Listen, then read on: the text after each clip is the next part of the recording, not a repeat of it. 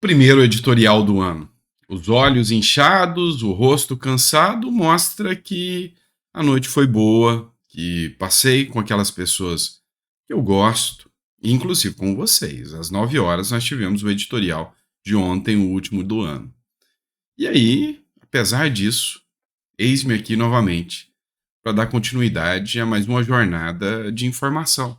Então, obrigado por estar comigo no primeiro dia do ano, para a gente acompanhar tudo que vai acontecer e, lógico, com esperança de dias melhores. Mas vamos começar falando de algo um pouco orquestrado, ou melhor, algo que já se desenha no cenário político atual. Bora acompanhar isso? Já em alguns editoriais eu falei sobre isso aqui com vocês. A medida provisória que o Lula editou, e essa medida provisória foi para confrontar o Congresso, porque ela só vai ter validade a partir do dia 1º de abril, somente até lá que ela começa a ter validade, e o Congresso tem que derrubar, e vai derrubar, já comprometeu em derrubar essa medida provisória. Então, sabe, se não for pelo motivo de criar uma inimizade, não tem razão de ser do Lula ter derrubado uma lei que o Congresso acabou de aprovar. Ou seja, editar uma medida provisória, derrubando, ou seja, confrontando uma lei que o Congresso acabou de aprovar, que é a da desoneração da folha, que gera aí maior possibilidade de respiro das empresas. Lembrando que esse ano foi recorde de pedidos de falência em empresas, tá? E recuperação judicial. Então, as empresas precisam desse fôlego, mas o Lula quer mais dinheiro. Mas por que eu vim até aqui? Porque eu fiz uma análise para vocês. A minha análise foi a seguinte: olha, na minha visão, Lula não precisa dessa medida provisória, até porque ela não vai ter eficácia. O Lula só fez essa medida provisória para mostrar que tem uma animosidade, ou seja, um confronto com o Congresso Nacional. E aí, eu entendi a regra do jogo, isso você vai entender comigo. Você elege o inimigo e você se junta com o outro poder para minar esse inimigo. Então, foi o que aconteceu com o Bolsonaro. E aí, os sinais desse plano arquitetado de construir esse inimigo já está aí. Quer um exemplo? Dá uma olhada nessa matéria da Folha Política, Folha de São Paulo, que a gente já começa agora. O presidente do STF, que é o Roberto Barroso, ele atribui a crise do STF com o Legislativo só por causa da eleição da bancada bolsonarista. Ou seja, eu preciso mostrar quem é o meu inimigo. E o meu inimigo são todos os deputados bolsonaristas. É por isso que a crise existe. Então a crise não é do Lula com o Congresso ou do STF com o Congresso.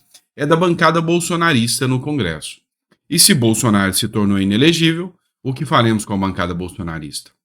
Quiçá torná-la inelegível também. O presidente do STF, do Supremo Tribunal Federal, Luiz Roberto Barroso, avalia que os embates com o poder legislativo também são reflexo da onda bolsonarista que tomou o Congresso nas últimas eleições. Com o apoio de um ex-presidente que elegeu a corte como seu principal inimigo, em entrevista à Folha, Barroso afirma que, durante 4 anos, houve um presidente da República que se elegeu o Supremo como seu adversário. E essa linhagem política tem muitos representantes no parlamento. Vamos lembrar algumas frases do Roberto Barroso que vão sustentar essa minha tese que eu levanto para vocês, que eu acredito que vai começar a perseguição e a caçada a deputados bolsonaristas a partir desse ano de 2024. Principalmente tornando-os inelegíveis para que não concorram nas eleições de 2024. Eu acredito que vai ser um novo plano orquestrado ainda esse ano. Quer um exemplo? Como que começou com o Bolsonaro? Como que começou o conflito com o Bolsonaro? Eu te mostro. Matéria da revista O Antagonista, o Cruzoé. Barroso diz que foi o Bolsonaro que elegeu o STF como principal inimigo. E agora o que o Barroso fala? Os bolsonaristas do Congresso é que elegeram o STF como inimigo. Ou seja, ele segue a mesma linha. Contra os congressistas, a linha que seguiu contra o Bolsonaro. O presidente da corte atribui crise com o legislativo a parlamentares bolsonaristas. natural que queiram corresponder às expectativas dos seus eleitores. Então, ele cita aqui a mesma linha. O Bolsonaro é nosso inimigo. Logo, bolsonaristas também são nossos inimigos. E para ser nossos inimigos, o que acontece? Vem o executivo e fala: olha, nós temos alinhamento em comum e temos um inimigo em comum. O inimigo do meu inimigo é meu amigo. Eis porque o Congresso Nacional é alvo hoje do Executivo, do Lula e do Judiciário. E aí a gente não pode esquecer as frases célebres, né? Do perdeu o mané, não a mola, diz Barroso ao manifestante nos Estados Unidos. Essa matéria que aconteceu logo depois das eleições, em novembro de 2022, chamou muita atenção, gerou uma repercussão muito negativa em relação a essa fala do Barroso, chamando muita atenção aí pro que ele disse, né? E também essa outra frase aqui, ó. Nós derrotamos o bolsonarismo, diz Barroso na UNE. Ou seja, mostrando um caráter e um viés amplamente parcial, político da Suprema Corte. E essa é a grande crítica que juristas fazem, inclusive eu, que sou jurista também, faço em relação ao Supremo. Que isso aqui, em qualquer país sério, era caso de impeachment. Um ministro da Suprema Corte declarar abertamente que teve um lado político contra o outro lado político. Além de outras frases que foram proferidas pelo Alexandre de Moraes, nós vencemos nas urnas, dentre outras questões. E isso é muito, muito preocupante no Estado democrático de direito. Então, qual que é a tese aqui? E isso é só uma conjectura, né? Uma análise política. O Lula vai acirrar o conflito, porque o Lula já viu que não consegue conquistar o Congresso. A única forma de conquistar o Congresso é com emendas. E emendas é só liberar e compra. Então ele não tem mais. O Lula entendeu que ele não precisa. Ele faz afagos ao STF, ele não precisa se preocupar em fazer afagos ao Centrão, afagos ao Congresso, porque a hora que ele precisar, emenda vai, emenda vem e o dinheiro compra tudo ali dentro do Congresso Nacional. E aí as pessoas vão votar de acordo com o Lula. Então, o que eu vejo? Lula vai acirrar o conflito com o Congresso Nacional ao máximo, para que esse conflito se torne tão insustentável que o STF tenha que agir. E nessa ação do STF, vai ser Lula e STF juntos, eles vão atacar os bolsonaristas, deixando os bolsonaristas como exemplo, e aí, meu amigo, já não tem mais oposição.